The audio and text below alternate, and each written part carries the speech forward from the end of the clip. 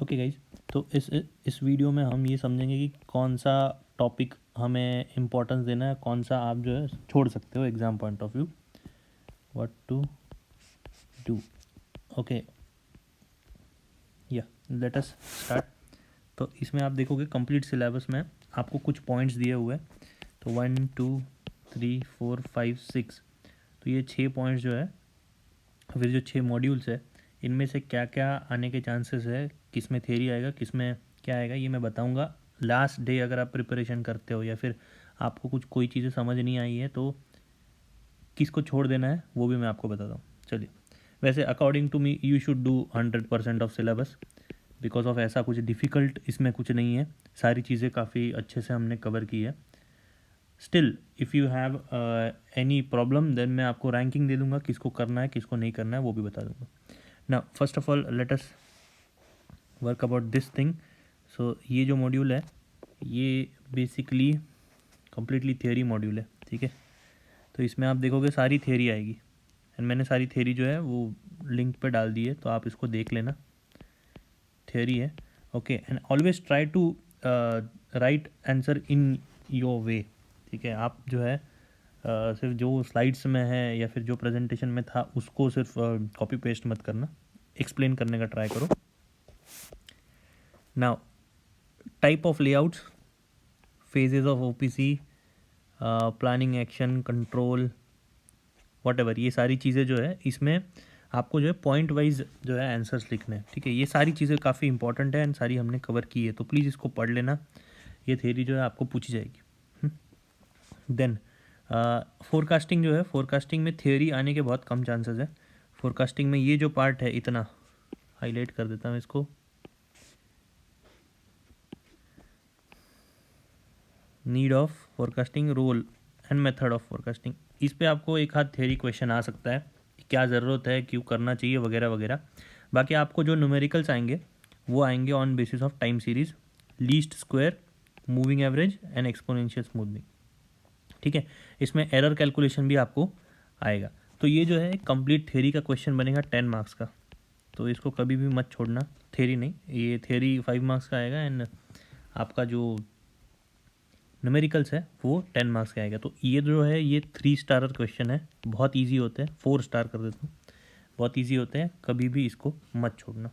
Then coming to capacity planning, capacity planning जो है इसमें अगेन आपको सिर्फ और सिर्फ थियरी ही पूछी जाएगी, सीआरपी क्या होता है, देन मेजरमेंट कैसे करते हैं, फैक्टर्स क्या क्या है अफेक्ट करने वाले, ये सारी चीज़ें, ठीक है। इसका जो सेकंड पार्ट है वो आता है एग्रीगेट प्लानिंग। एग्रीगेट प्लानिंग की स्ट्रेटजीज़ कौन सी होती है, देन यहाँ पे एक लीनियर प्रोग्रामिंग करके एक छोटी सी चीज़ लिखी है। आपने इससे पहले जो सब्जेक्ट किया था उसमें लीनियर प्रोग्रामिंग था इंडस्ट्रियल इंजीनियरिंग में। अभी इसमें आपको अगर क्वेश्चन आता है तो लीनियर प्रोग्रामिंग का सिर्फ प्रॉब्लम फ्रेम करने के लिए आएगा, फ्रेम प्रॉब्लम, ठीक है। तो ये जो क्वेश्चन है वो हार्डली 5 मार्क्स का होगा, फ्रेमिंग ऑफ प्रॉब्लम, ठीक है, फ्रेमिंग ऑफ प्रॉब्लम। अगर इसमें किसी को डाउट है, किसी को नहीं समझ आ रहा है तो मुझे पूछ लो, मैं इस पर इमीडिएटली वीडियो बना के डाल दूंगा।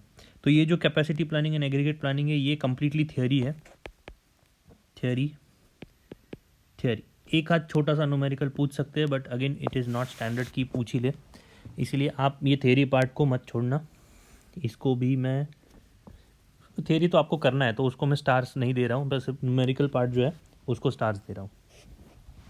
ना moving on to the next, job shop manufacturing scheduling. अभी इसमें हमें जो है थियोरी में इसमें ज़्यादातर कुछ नहीं होगा। ये फॉरवर्ड शेड्यूलिंग क्या होती है, बैकवर्ड शेड्यूलिंग, इसके न्यूमेरिकल्स आएंगे, ठीक है। इसके बाद न्यूमेरिकल्स सॉरी इसके जो है थियोरी आएगी, फैक्टर्स की थियोरी आएगी आपको, ठीक है। स्टेजेस क्या होते हैं उसकी थियोरी आएगी। असली जो स्टार्ट होता है यहाँ पे वो है आपका numerical part.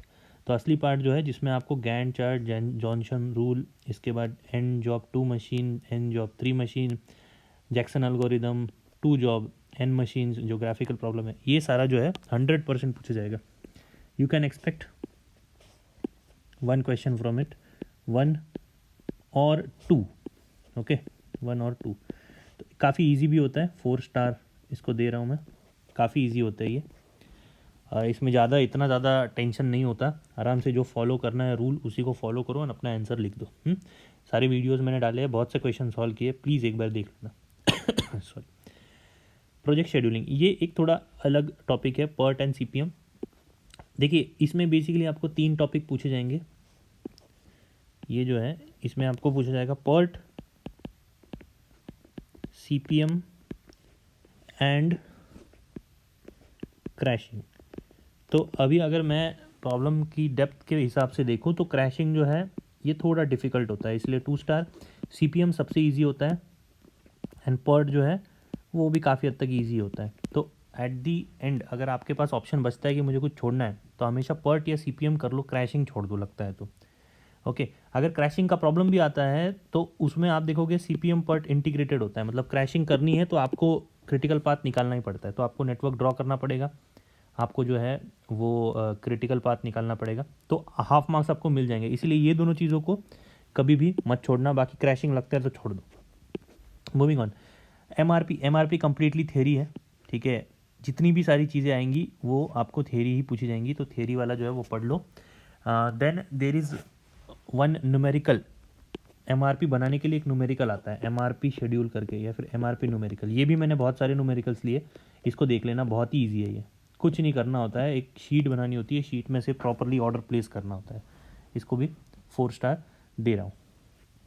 Okay theory, ERP का थ्योरी आएगा, ईआरपी का क्या यूज़ है, उसके बाद कौन से सॉफ्टवेयर यूज़ करते हैं, बस एक नॉमिनल 5 मार्क्स का थ्योरी आप एक्सपेक्ट कर सकते हो। Then there is facility planning layout, ये प्लांट लेआउट कैसे होता है, मटेरियल के फ्लो कैसे होते हैं, ये सारी चीज़ों पे ये भी थ्योरी है। अगेन लेस चांसेस है कि इतनी थ्योरी पूछेंगे, क्योंकि थ्योरी आपको जो पेपर है, देखिए यहाँ पे आप देखो, थ्योरी आपके पेपर में सिर्फ पहले क्वेश्चन में आती है या फिर आखिर में कहीं आपको चिपका देंगे, देखिए ये, दैट्स इट। इससे ज़्यादा जो है वो नहीं पूछा जाता, मेजॉरिटी जो है आपको न्यूमेरिकली पूछा जाएगा। तो अभी भी वक्त है, आपका जो पेपर है वो काफ़ी 1-2 दिन बाद है, अभी भी आप कर सकते हो, कोई प्रॉब्लम नहीं है। लाइन बैलेंसिंग पे आते हैं। लाइन बैलेंसिंग जो है ये ऑब्जेक्टिव, कंस्ट्रेंट्स एंड असेंबली, ये सारी चीज़ें जो है ये आपकी थ्योरी पार्ट में जाएंगी। यहाँ पे 3 मेथड्स हैं, जैसे मैंने बोला KW method, largest candidate rule and rank position, तीनों ही मेथड्स का मैंने प्रॉब्लम सॉल्व की है। प्लीज़ उन प्रॉब्लम्स को देख लेना, किसी को कुछ भी डाउट है तो मुझे ज़रूर पूछना, ठीक है। बट इनमें एटलीस्ट इनमें डिफ़िकल्ट ऐसी कोई मेथड नहीं है। हालांकि लेंदी अगर देखो तो रैंक पोजीशन थोड़ी लेंदी है, KW थोड़ी उससे ज़्यादा लेंदी है, ठीक है। तो सबसे इजी तो यहाँ पे लार्जेस्ट कैंडिडेट रूल है, तो लार्जेस्ट कैंडिडेट रूल को आप पढ़ लेना, 3 स्टार दे रहा हूँ। ओके उसके बाद इन दोनों में से किसी भी एक को कर लेना, rank position and KW। Chances है कि क्वेश्चन आता है, जैसे क्वेश्चन कैसे आया है आपको दिखाता हूँ यहाँ।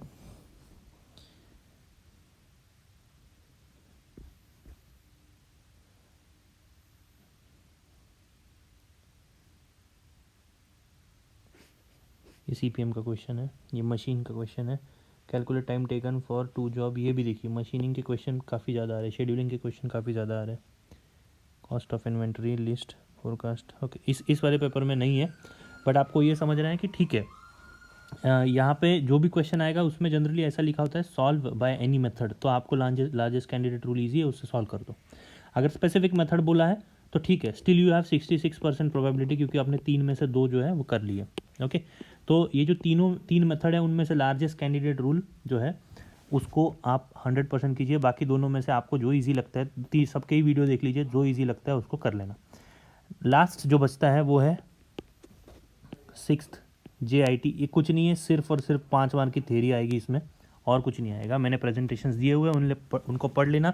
हर एक जो मेथड है जैसे लीन, अजाइल एंड सिंक्रोनस, इन सब का क्या करना है, व्हाट इसका यूज़ क्या है, ठीक है, वो मेथड क्या है, ओके इसका एप्लीकेशन क्या है एंड प्रॉब्लम्स क्या है इसमें, बस ये 4 पॉइंट जो है इसको पढ़ लेना है।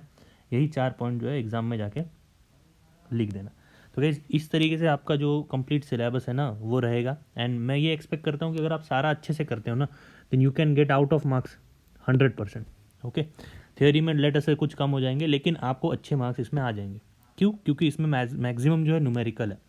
ओके तो अभी भी आपका 9 मई को एग्ज़ाम है, आज तारीख क्या है, 7 तारीख है, 8 तारीख है, तो नहीं 7 तारीख है, ठीक है। तो आपके पास 2 दिन है, 2 डेज़ में ये कंप्लीट सिलेबस आराम से हो सकता है। मेरा व्हाट्सअप नंबर सबके पास होगा। प्लीज़ कोई भी डाउट होता है इमीडिएटली टेक्स्ट करो, at any time I will reply, ठीक है। तो all the best for your preparation. Thank you very much.